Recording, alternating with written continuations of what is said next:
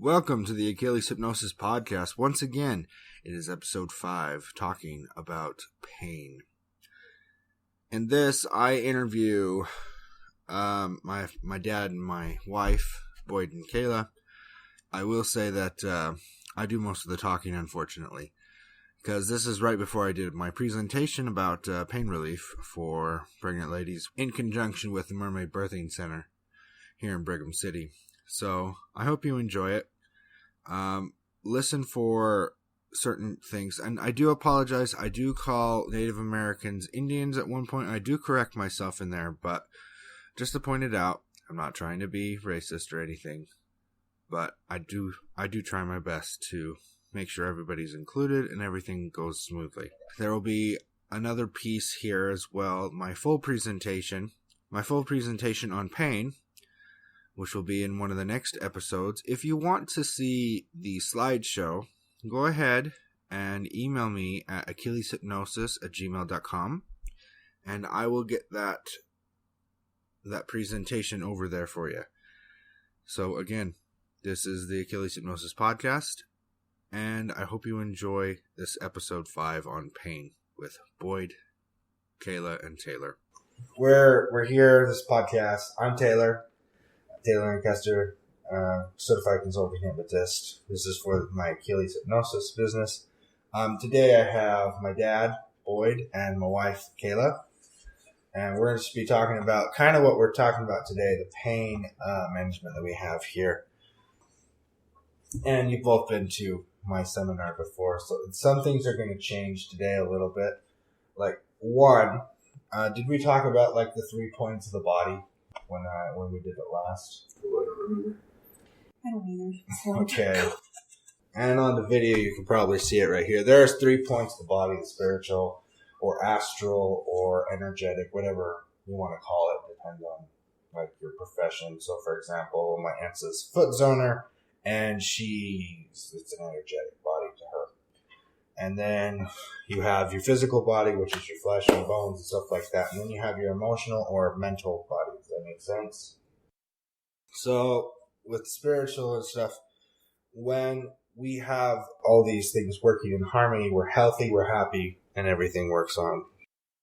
So I kind of mentioned this in the last one as well, that when something's off balance, sometimes it's manifested in a different thing. So, for example, you see the brain, the mental body is down. So let's say this person's depressed, and it's manifesting in physical forms such as lethargicness, tiredness, things like that. Does that make sense? Now, let's take, for example, a lot of times we don't have the spiritual aspect in here, and I did not put a picture in here to show like the spirituality or astral or whatever body you want to call it. Sometimes when you have a spiritual deficit, it affects the whole entire body. Have either of you read the Scarlet Letter? Yes. Okay, so for all of you viewers who haven't, and Dad, pretty much the Scarlet Letter is a story about the Pilgrims from Massachusetts, pretty much. Not Quakers. What are they called? Puritans. Puritans? Yeah, Puritans. They're Puritans. So this lady and this priest have an affair together. Her husband's off at sea. Okay, they don't know where her husband is. They think he's still alive. And he is in the whole entire story. So this priest has an affair with her, and lo and behold, a baby comes out. And they bring her to church court, more or less, for excommunication. And they ask, so who's the dad? So that they can punish him too. And because he is a priest, they don't want to be brought out, because his whole entire livelihood would be destroyed. And he would have to do a lot of other crap, and he would be punished more than the woman was. Well, and so she didn't want to tell who it was. Because of how bad it would be for him. She loved him. And so her punishment was to wear a big A on all of her clothing for adulteress. Okay? The funny part was she made all the clothes in the town. She made every clothes except for wedding dresses, which made no sense to them because They all sinned, they all made mistakes, blah, blah, blah, blah, blah. But when it comes to making a wedding dress, it's not that much different. You could have just bought it from her. She would have made a fine dress. Even though she was an adulteress, she just made a mistake, whatever. But during this whole entire time in this story, the husband's trying to get back. He gets back, blah, blah, blah. The priest is having a hard time. He's pretty much dying because of the sin that he committed and the the secret that he's been keeping. He's aged a lot. He's a young man when he dies. He's like, the kid's still a kid, and the guy dies. He was a young priest when he died. And when he confessed that he was the one who had the affair with the woman, he immediately died. Which goes to the point of the spirituality, it does affect other parts of your body. Like, it may start out with your mental. You may become depressed, lethargic, and all that other thing, but it moves on into your physical body. So one of the big points, like I point out, is if a kid has pornography issues, where's the pain supposed to be? That's a question for you too. I have no idea. Wait, what? If the kid has a pornography issue, so it's more, where's the pain supposed to be, depending on the person, but we're just going to go with, this is a normal person, like in our community, they have a pornography issue, they are a member of, they're a church-going person, and where's the pain supposed to be, more or less? It's probably mental. Okay. It's more or less in the mental and the spiritual part. So, again, when it's spiritual pain is sin, mental and spiritual are pretty much connected in and of itself. But if you're a spiritual person, you have another connectivity like religion, a moral code more or less. And if you break your moral code, you feel guilt. And that is the other word that you can use for like sin, is guilt.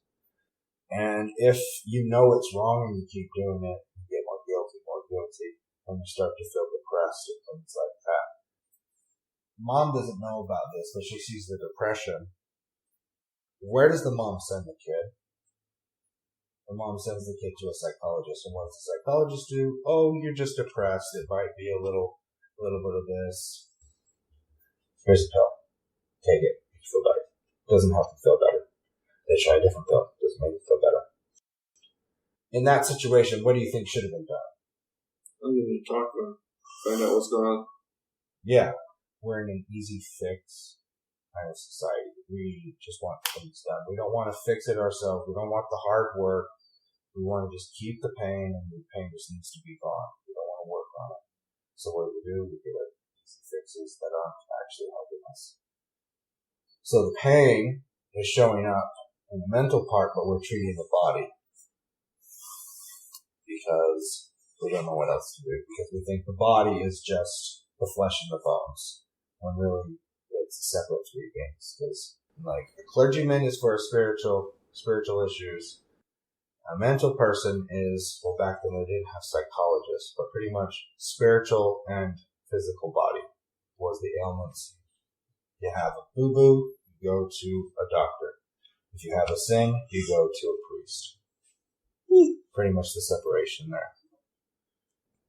Now, I want to get your opinion, both of your opinion on these pictures. And for those of you who don't have the visual point, it is a picture of a dude doing mesmerism, which is he's holding up his hand, and there's some sort of like beam going to the other person's face, and a pocket watch waving. So, what are your guys' opinions of that on hypnosis? It's a stigmatism of, kind of a thing that they show on TV and stuff. Yeah, so if you saw this picture anywhere else, would you connect it to hypnosis? You would, but you wouldn't. It was just, I don't know, just sort of. So are you saying, like, now that you know what hypnosis is, this isn't really what it is? Yeah, it's not really what it is. Okay. Far-fetched depiction of. Well, back then, that's how they did it. Because back in the day, they had two. Well, it was hypnosis and mesmerism. You threw your hands around and they shut their eyes. it's weird to watch because I've actually seen someone do actual mesmerism without actually saying something. It is very bizarre. It's very weird. It doesn't feel right all the time. But, that's what it was. Another thing, the subconscious thinks like a kid rather than an adult. So, for example, Dad, if I said, let's kind of put it into context. If I gave you a hot towel, like it was burning hot and I'm holding it and say, don't touch it, and you're trying to grab it from me, what would you do? Still nuts, I wouldn't grab it, wouldn't I? What would a kid do? Might test the boundaries. Depends on how well they trust you at that point in time. How well they understand what you mean. Okay, but more or less it could be either because of trust when they say don't, or again, like you said, testing the boundaries. Say, I don't think so. Ow! Yeah, so that therein lies the difficulty, because the subconscious is working all the time, and your childish behavior. Like when you wake up, you're not. How are you when you wake up most of the time? Just want to go back to bed. Like a kid, it's like, why do you wake me up? 5 more minutes, please. Oh, he's just a kid. Adults do it. Well, that's the whole point. The subconscious is just, you're going from a deep sleep to a slight hypnotic state in order to get to a conscious state. And you're acting like a kid, more or less, am I right? Yeah. Yes. Yeah. Especially when you're talking in your sleep, you're having dreams about things like you desire. You're driving a red car, you're running around a marathon if that's your thing. But most of the time the dreams are things that you want or your brain's working out. Oh, it's weird. You want to expound upon that? What? You want to expound upon that? The stuff that you did that day that's weird? Yeah. Let's kind of talk about dreams here for a second, like the hypnosis of dreams. I don't know, like, well, I have a kid, so sometimes it's just weird. Like, sometimes she's either, like, crawling out of the crib and she falls down, or she, like, suddenly turns into this, like, life-size human being, and but has she's that, not a baby anymore. But has that ever happened other than that second one? No. Okay. So then another thing, when your subconscious is more fearful than your conscious mind most of the time, unless you train yourself to be positive all the time. Especially with pain. Sometimes pain is an emotional thing and a mental thing. You keep telling yourself, well, I can't do this, I can't do that. Especially with depression. When you lean over, you start to make your back hurt. It does become a physical thing. It's like, oh, I'm such a horrible person. I'm never going to do anything. And your back just starts to hunch over, more or less, because that's what the physiology does when you're depressed. And then your back hurts for the rest of your life.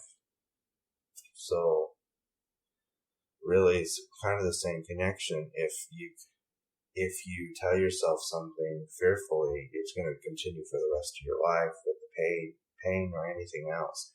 Because really pain, if you want to go back to that definition of pain does not have to be physical. Pain can be like fear that we have. Well, it's not fear, it's just, I don't know, you're a brand new mom, so you're tired all the time, and then just have the weirdest dreams. Yeah. Or like when you're like a month out, the baby's only like a month old, and you have her in the bed with you, and then you thought that you put her in the crib, but you can't remember if she's in the crib or not, so you're like trying to find her through the blankets, and she's not there. She's in the crib. And she didn't know that you put her in the crib. Yeah, I remember that. that was interesting that night, because we were just so tired. Okay, definition of pain: a localized or generalized unpleasant bodily sensation or complex of sensations that causes mild to severe physical discomfort and emotional distress, and typically results from bodily disorders such as injury or disease. Okay, the next one. A basic bodily sensation that is induced by a noxious stimulus, is received by naked nerve endings, is characterized by physical discomfort such as pricking, throbbing, or aching. And then this one makes my point here, number B. Mental or emotional distress or suffering. So even stress is more or less pain.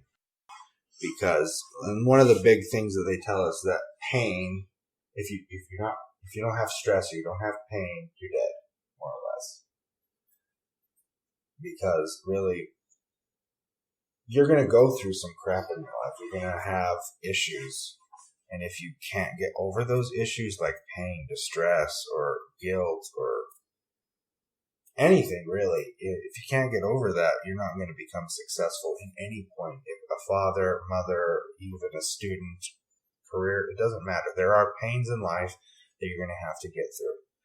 And one of them is guilt or distress, which causes most things, guilt and other things. Well, let's talk about that. Dad, is hypnosis still weird to you? No. Have you ever had not with me, have you ever had hypnosis? No. With a stage show or anything? No. Well, technically you did go into hypnosis when we did the spinning thing. Yeah, but that wasn't the stage show. I know, but it was therapeutic. When we did do the spinning thing, I know you were kind of like skeptical about it. Yeah, let's start with, yes. You want to expound upon that? Like what we did, stuff like that? Well, it's been a while, so I can't remember, but, thinking about it, you could pull the pain out and then kind of get rid of it. It's quite interesting that your mind could do that. And that's that's a somnambulistic state, because what the technique is, so I can just tell the audience. You find the pain in your body, you pretty much see it, and it becomes a color and a texture, and you take all the pain out, and sometimes you have to wait there for a minute because it's there for a little bit, stuff hides. You put it in your hands, and you can feel the texture, you can see the color, and then you can see it's rotating up and down, side to side, clockwise, counterclockwise, whatever it's going. And then you take it whichever way you want to go. So if you want to feel more of that, so for example, if I told you take out all the happiness in your body, take out all the happiness, you see the color, blah, blah, blah, blah, blah. And if you want more of that, I'm going to have you spin the thing the way it's already rotating, make it bigger. Then if it's something that you don't want, like for example, pain or distress, we're going to turn it the opposite way so that it gets rid of it or changes it. It doesn't really get rid of it. It's changing what's already there. And then you put it back in your body. That's a somnambulistic state. Meaning that, so when there's pain in your body and I tell you that there's a certain color to it, is that color actually there? No. So you're seeing things that I tell you and suggestions that I give you, right? Yes. It's the somnambulistic state, which is one of the deepest states of hypnosis you can possibly go. So that's basic hypnosis. Another thing with basic hypnosis, you might think that this is funny, but it's a school teacher with a classroom. That's hypnosis. Because the definition of hypnosis is a highly suggestible state. What does a teacher do? Teacher gives you suggestion, meaning, like especially now we talk about Democratic and Republican people, like you have to be red or blue in this country, and the teachers push upon the students their ideals. They're telling them, oh, so and so is a bad president, or so and so didn't do this bill, or so and so didn't do this. It's opinion, but it's taken as fact because the student trusts the teacher because they're placed in a place of authority. Even science can be taken as opinion. How long did we go thinking that the world the sun revolved around the earth. Galileo was taught that. And another thing, that proves this, we are all taught, I'm going to ask you to this, were we all taught that Columbus sailed the ocean blue in 1492 so that he could find out if the world was round? Yes? Yeah. That's actually, I thought he thought there was it was flat. He thought there was trade routes on the other side. Exactly. We are all taught that he thought the world wasn't round, it was flat. That's wrong. It was for trade routes. He was trying to find faster trade routes to India. That's why the American Indians were called Indian, and Native Americans were called American Indians at one point. Because Isaiah in the Bible knew, and that was like thousands of years before Christopher Columbus. He knew the world was round. So we were taught crap, more or less. We were suggested that this is the truth, but it wasn't. So, yeah, more or less, that's pretty much what we're going to talk about today. And this information is going to go on. You can go on my... you'll be able to get this information through me later on. And, again, any other questions about hypnosis, anything in general? Yeah. Okay. Well, that's all we have to talk about today. I hope to see you later. Again, thank you for listening to this podcast. It's the Achilles-Hypnosis podcast. Again, if you want the rest of this information, the slideshow I'm going off of for the next episode that I have here, go ahead and email me at achilleshypnosis@gmail.com. And just stay tuned for more exciting stuff. And yeah, I'm sorry, I promised that I would put either Martha or Jenny Lynn McKinnon's interview on here, but this one was already edited, so I thought you would prefer to listen to this because one of the biggest things that we do use hypnosis for is pain, as you've heard. And I use it for kidney stones and a lot of other things. Sometimes you just don't keep up with your health. Again, this is the Achilles Hypnosis podcast, and I'm going to do 2 more episodes of the daily, and then I'm going to do it weekly, and I'll tell you what day of the week it's going to be on. Again, thank you again. I'm Taylor Lancaster, certified consulting hypnotist with Achilles Hypnosis in Brigham City, Utah, and I hope to hear from you soon.